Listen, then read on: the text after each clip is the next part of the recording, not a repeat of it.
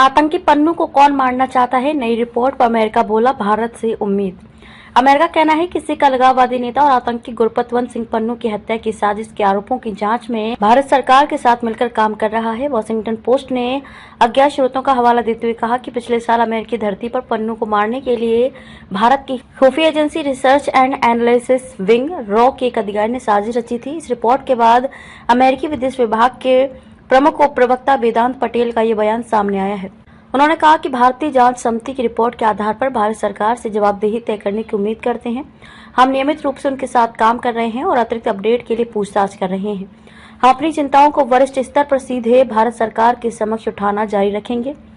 Washington post की report में क्या कहा गया? वॉशिंगटन पोस्ट ने अज्ञात स्रोतों का हवाला देते हुए पिछले साल अमेरिकी धरती पर पन्नू को मारने की कथित साजिश के सिलसिले में research and analysis wing raw के एक अधिकारी विक्रम यादव का नाम लिया था।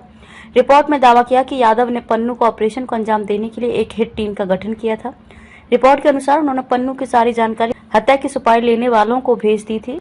उसमें उसका न्यूयॉर्क का पता भी शामिल था। वहीं पिछले साल अमेरिकी अदालत ने भारतीय नागरिक निखिल गुप्ता पर पन्नू की हत्या की कथित साजिश में एक भारतीय सरकारी कर्मचारी के साथ काम करने के लिए दोषी ठहराया था। निखिल गुप्ता को 2023 में चेक गणराज्य में गिरफ्तार किया गया था। आरोप था कि पन्नू की हत्या के बदले $1 लाख देने की डील हुई थी और ये भी कहा गया कि 9 जून 2023 को $15,000 का भुगतान भी किया गया था। वॉशिंगटन पोस्ट की रिपोर्ट पर भारत की तीखी प्रतिक्रिया।